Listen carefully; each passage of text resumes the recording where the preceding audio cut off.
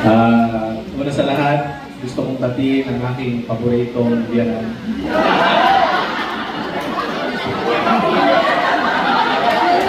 Kaya ang paborito kasi wala nang iba.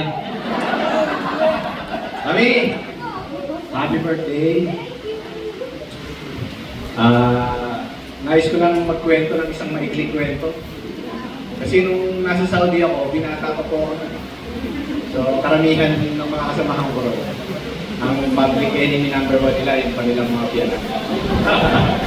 So, napakaswerte ko kasi napakatait namin. Magkasundo kami. Lalo na pagka meron siyang gustong ipagawa dun sa bahay. Alam niya kung sino yung kanyang tatawagin. So, happy naman ako doon pagka nagagawa ko yung gustong ipagawa ni Mami. Naalala ko sa kanya yung aking nanay. Kasi ako rin yung paborito anak ng nanay ko. So, kung may paborito ako, so alam niyo na. May paborito, manuga. So, kine-claim ko rin yun. Wala ba dyan yung dalawang kong ano? Dalawang binas. So, Mami, maligayang kaarawan sa iyo.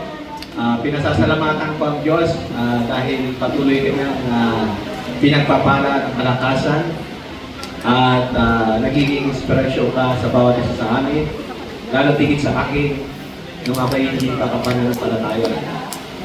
Ay talaga nakita ko sa ating pamilya yung kagandahan ng pagiging isang Adventist.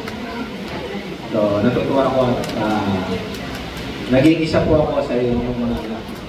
So, iba yung pakiramdam ko pagka tinatawag ako ni Mami ng anak. So, iba yung pakiramdam ko. Mami, ito yung munting regalo ko sa iyo. Unang-una, pasalamatan mo si Kuya Peter. Kasi kanina nabanggit niya, lagi kanyang pinag-pray na magkaroon nga ng maraming blessings. So kaya pala ito yung naisip namin ibigay sa iyo. So, sandali ha. May pakita. Iba-iba tayo ito, kuya.